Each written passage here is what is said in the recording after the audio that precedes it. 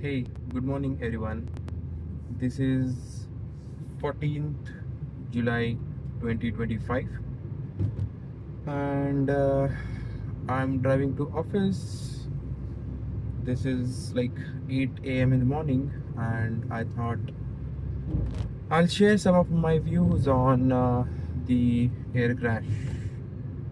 Air India 171 which crashed on 12th of June of 2025. I can see in Indian media specifically a lot of drama being circulated around this crash, and that is sad to see, really sad to see. First of all, I share my condolences with all the families of those who departed this world on that day. uh, those who were the passengers, crew, or the people on ground. There were about, I think, close to 300 people who lost their lives on that day, and that's really really sad. Okay, so I'll share some of my views. I'm first of all, let me tell you, I'm not a aviation expert. I'm not like a technical person in that field, but I fly a lot. I'm like a frequent flyer, and I am an aviation enthusiast, a serious aviation enthusiast. I mean, whenever there is a plane in the sky, uh, my eyes are on the plane, and generally fingers are on flight radar 24 to see which flight is this, which route is it is taking, and things like that. So aeroplanes excite me, and I love aviation. I study a lot of aviation practices as well. That's like my favorite pastime.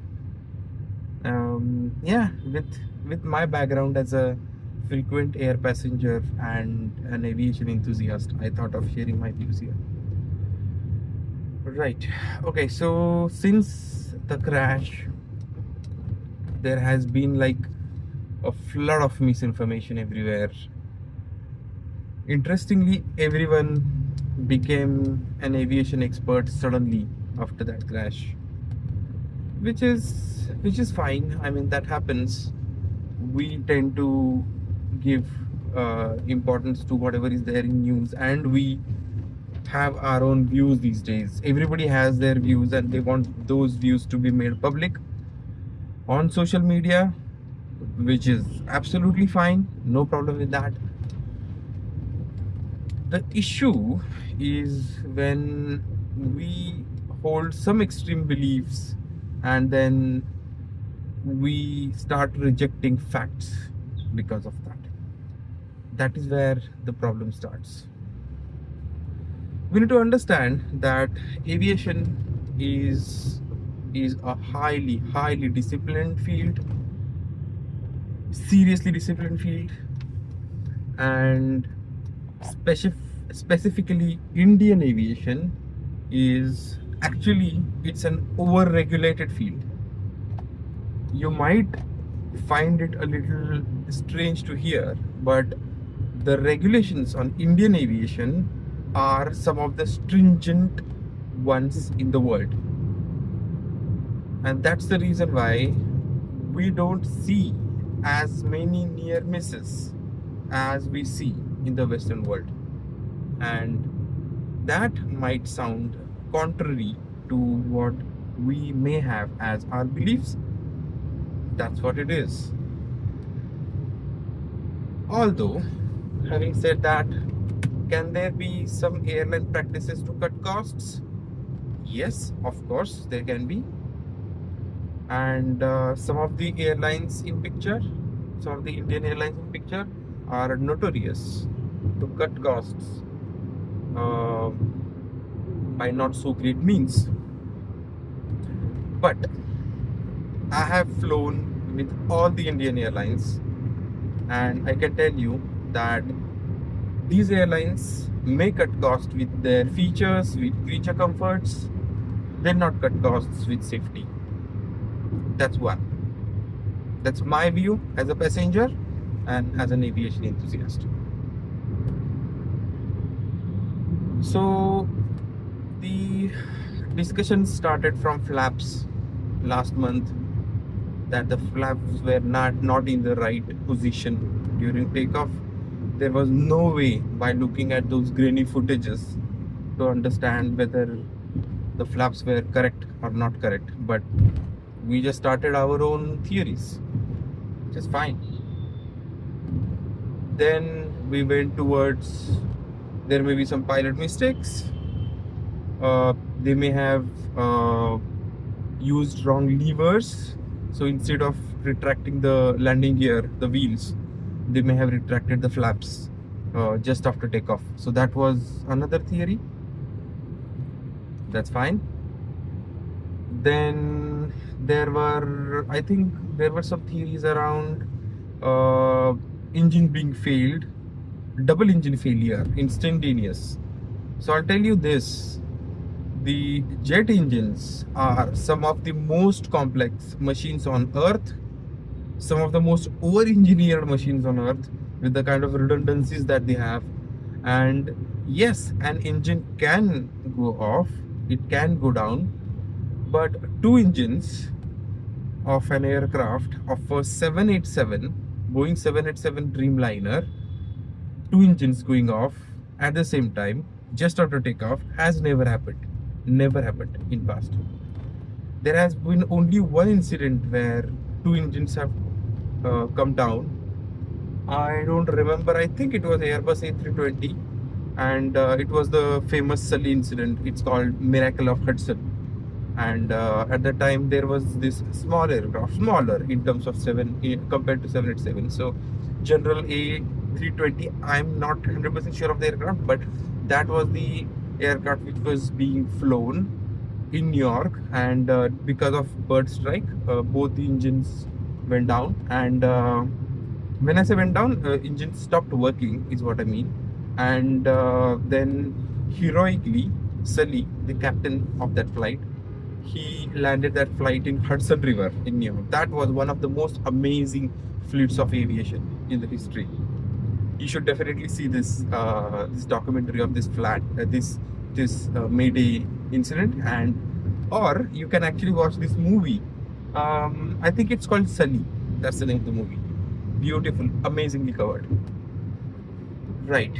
So that's on the pre-report interesting claims by experts and pseudo experts. Yes, there were claims about bird strike, there were claims about engine going down, there were claims about flaps, there were claims about incorrect handles, and there were a lot of other claims as well along with that. It's okay to have your own view.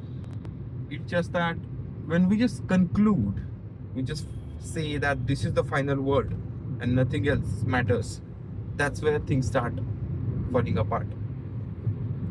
As I said, aviation is a very serious field, very, very regulated field. So there are practices whenever such crashes happen. 787 Dreamliner, an aircraft that is flying since more than, I think, 12 years.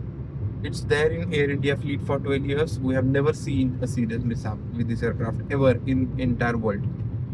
That's interesting fact. And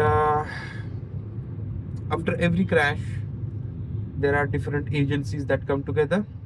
So in this case, inputs were being taken from NTSB, the National Transportation Safety Board of US, because it was a US made aircraft, of course.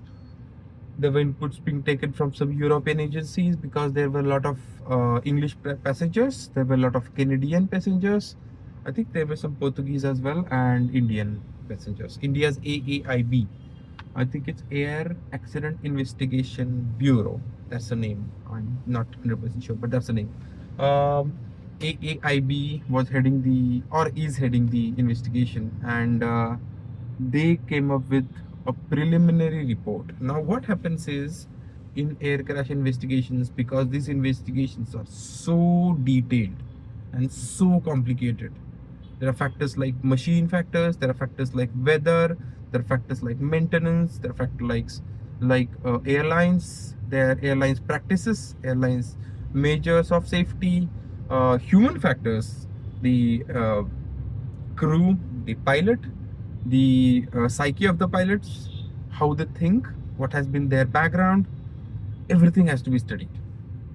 And because of this complication, it takes time. It takes about a month to get the preliminary report, which is what we got a few days back. Preliminary report only states some basic facts. That's it. It says what happened on a very high level. It doesn't tell you how it happened because it cannot. And that's what is the practice all over the world. Interesting thing is, yeah, I have read a lot of preliminary reports of a lot of crashes because I like doing that.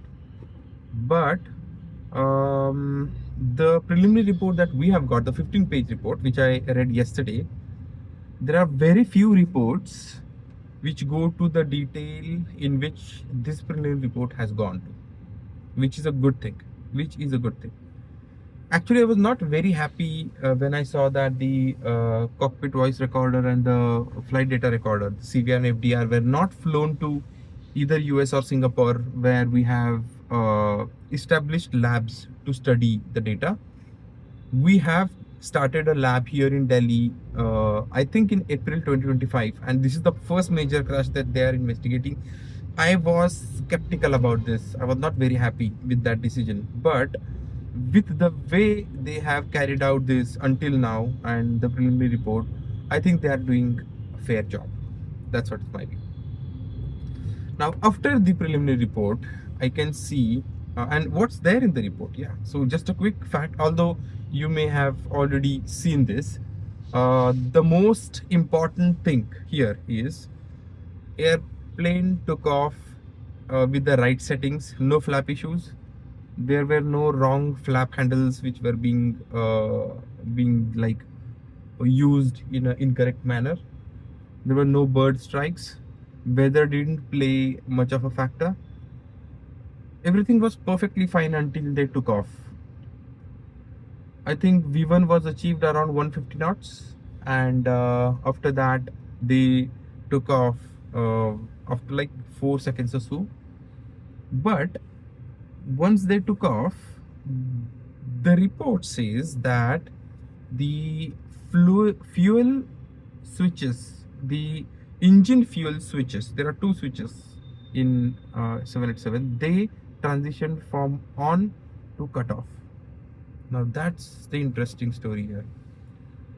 The report doesn't say whether somebody did it or who did it, because it's difficult. It is difficult to ascertain at this time, and unfortunately we may never know as well. Be prepared for that, because CVR and FDR does tell us which switches were switched on, off, and things like that, at what time, who did it. It's very difficult to understand that. Most probable scenario here is a deliberate pilot action, because these switches are designed in such a way that they cannot be accidentally switched on or off. There is like a two-step process. You have to take it up and you have to take it down, then you have to take it up and then take it up. So if like something falls on it, like I don't know whether they carry mobile phones or something, but let's say mobile phone falls on that, or a small, like my hand just brushes against the switch, it cannot switch it on or off. That doesn't happen. That's the kind of redundancy that we have against these switches. So looks like it's a deliberate action, although there are a lot of pilot unions, associations which are now coming up defending pilots here. I have nothing against pilots, I have nothing against airlines, I have nothing against Boeing, but there are discussions happening around, like this can be a conspiracy again to shield Boeing or to shield Air India, and easiest way for such crashes is to blame the person who is not there anymore. That's the pilot who are dead, because they can't defend themselves, they're dead already.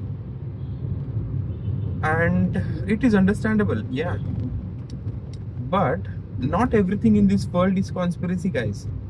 we have to stop with this nonsense of calling everything a conspiracy. There is a CVR, there are audio voice recordings which exist today. Not all recordings have been shared. Actually, not no recordings have been shared. Only transcript, a selected transcript has been shared. There will be a time when the CVR recording will also be shared. Why it's not being shared right now? It's because the way investigations work. It's a preliminary investigation. We still don't know why this happened. There has to be a lot of checks that need to be performed. And if investigation agencies share the recording straight away, people can misinterpret that. And this misinterpretation can create threats even for the families of those pilots, guys. We have to think about that. We have to think about that. It can be a brain fog. Sometimes a brain fog happens and you just take an action that you just didn't want to take. That has happened in past. That happens in all the fields. Uh, you can think about brain fog actions straight away. I can think about brain fog actions while I drive. There have been times when I have pressed brake instead of clutch or accelerated instead of clutch. When I move from automatic car to manual car or manual to automatic, I sometimes take some time switching between these and I use wrong levers at wrong times or wrong pedals at wrong times. That happens. And I'm a driver who has driven more than 5 lakh kilometers on highways. I'm a frequent driver. Yeah. So these things happen. Or it may not be a brain fog. It may be a deliberate action. It's difficult to say at this point, but pilot suicides are a very, very common sight for aviation accidents. In fact, it's the second most common reason for aviation accidents since 2018. Most of these pilot suicides happen in single seater aircraft, so Cessnas and stuff. So they like take their own lives, not others. But there are scenarios where pilots have taken their lives and their passengers at the same time as well. A lot of times these are mental issues. The stress that they go through. This profession is highly stressful. We might think that pilots and crew members are like, they live flashy lives, they have like a stylish uniforms, and they look nice and everything is hunky-dory.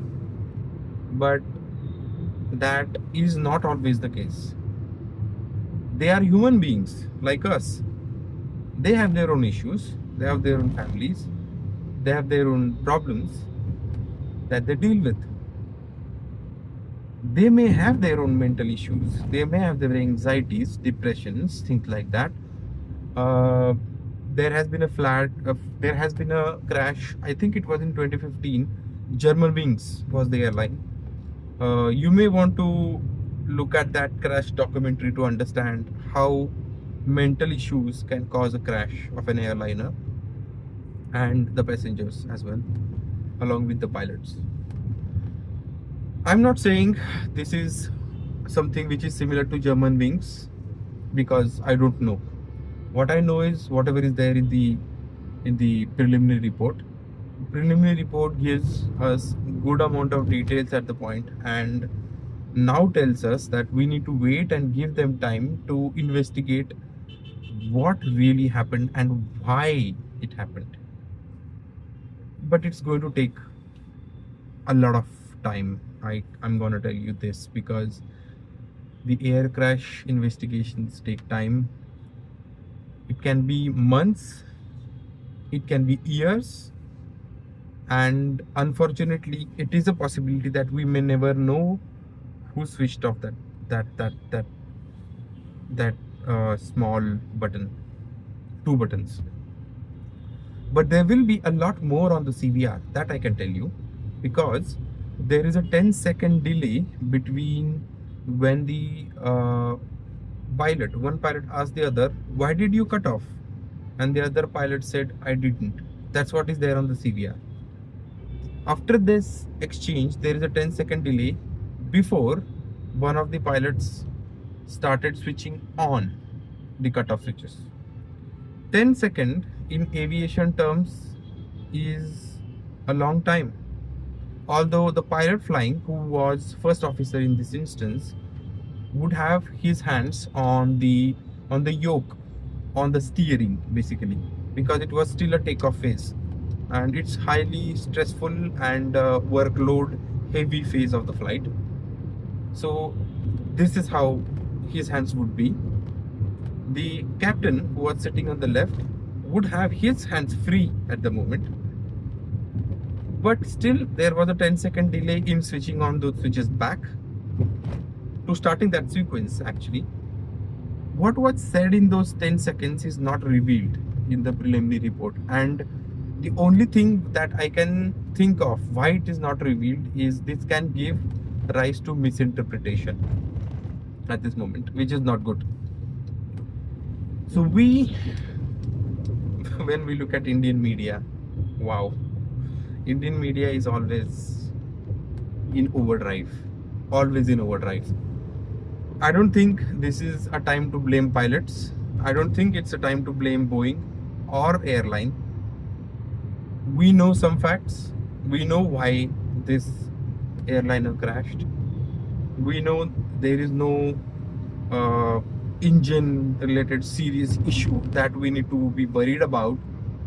So one good thing out of this is flying is safe, guys. Flying is the most safe, the safest way of transport in the world. Yes. If you look at air accident, if you look at the road accidents in India alone, more than 500 people lose their lives on daily basis on Indian roads. More than 3,000 people lose their lives on road accidents globally every day, every single day. We don't talk much about that because that doesn't get this kind of a dramatic media attention. But when we get one air crash, everything is in overdrive. And should there be media attention? Yes, of course there should be, because aviation needs to become safe. But with the kind of experiences that we have had in last 70-80 years with aviation, we have learnt a lot. We have learnt a lot. And if you're one of those who look at the air crash investigation or similar documentaries, you will see why crashes in past have happened, how many times human factors have caused crashes, how many times the machines have caused crashes, but more importantly, each and every time, what is that we have learned from those crashes, and how is that being implemented everywhere. That's amazing.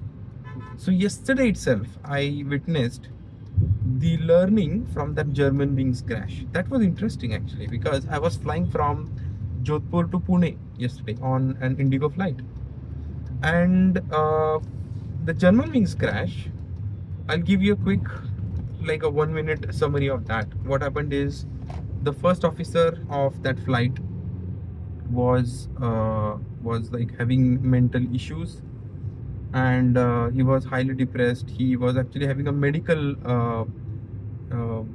I'm not an expert in this area, but some issue with his mental health, which is of medical nature, right, which needs intervention from the medical authorities.